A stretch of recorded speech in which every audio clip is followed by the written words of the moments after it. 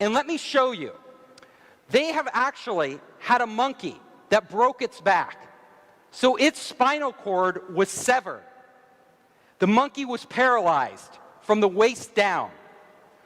But they inserted a chip in the monkey's brain, and then they inserted another chip in its lower spine. And they allowed the brain to communicate with the lower spine. As soon as they did this, the monkey could walk again. That is amazing. Totally amazing. So they could actually transmit the thoughts of the monkey wirelessly to parts of the body.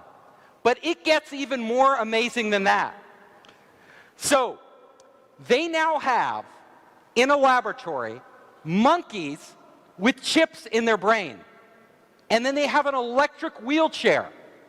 And just by thinking, just with the thought of the monkey, they can drive the wheelchair around. Think about that. Relax. Let's do some elbow up. Good. Relax. A couple days later, the socket was back, and the arms were attached. Les and the team were about to make history. Once the training sessions were complete and they released me and let me be the computer, basically, to control that arm, I just go into a whole different world. I think we're just getting started at this point. It's like the early days of the internet. There's just a tremendous amount of potential ahead of us, and we've just started down this road. And I think the next 5-10 years are going to bring some really phenomenal advancements. The system works like this. We mount a device on your head called a brain-computer interface, okay? And your brain, when you're thinking about things, produces these electrical signals. Imagine it like brainstorms, okay? We're collecting those brainstorms and patterns that are firing off from your neurons in your brain and kind of figuring out what are you thinking based off that information. Pretty much you think going forward and the robot will move forward. If you want to move to the right or to the left, or move to the left.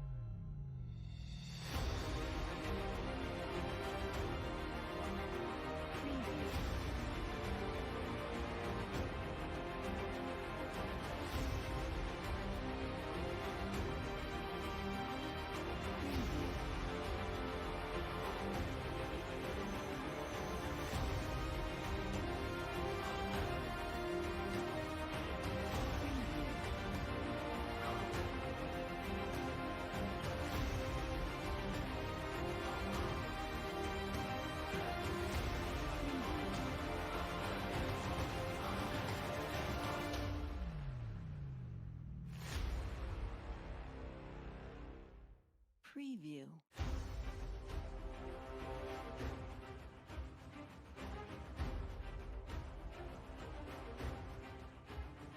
Preview.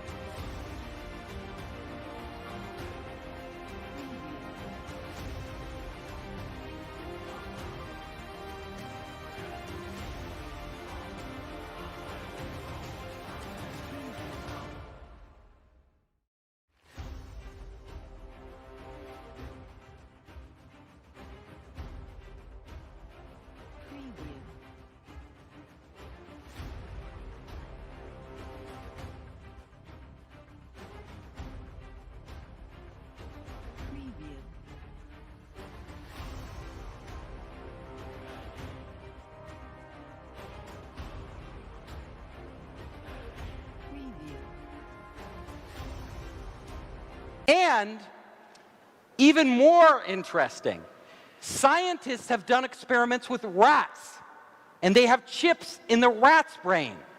And what they did was they taught a rat how to do certain things. And when the rat did all these complex things, it could get food. Now, it took the rat weeks to learn that. Weeks. But then they hooked the rat's brain chip to the internet. And they had another rat in another city. And instantly they connected those two rats' brains. And do you know what happened? The other rat knew how to get the food right away. It didn't have to learn anything. The knowledge was transferred from one brain of a living animal to another brain. That is amazing. That opens up a world of possibilities, because if they can do that in rats today, imagine 10 years from now what they can do in humans. And we will go there. So, mind-to-mind communication. This is something of science fiction that we all read about. But this is actually possible today, as I just showed you. So there will come a point where if we have a chip in our brain, and you out there have a chip in your brain, we can communicate. We can communicate without talking. We can communicate when you're halfway around the world.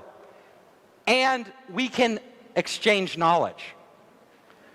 So, if you look at a world where we have these chips that are connected to the internet, all of a sudden, every piece of information on the internet becomes accessible to our minds.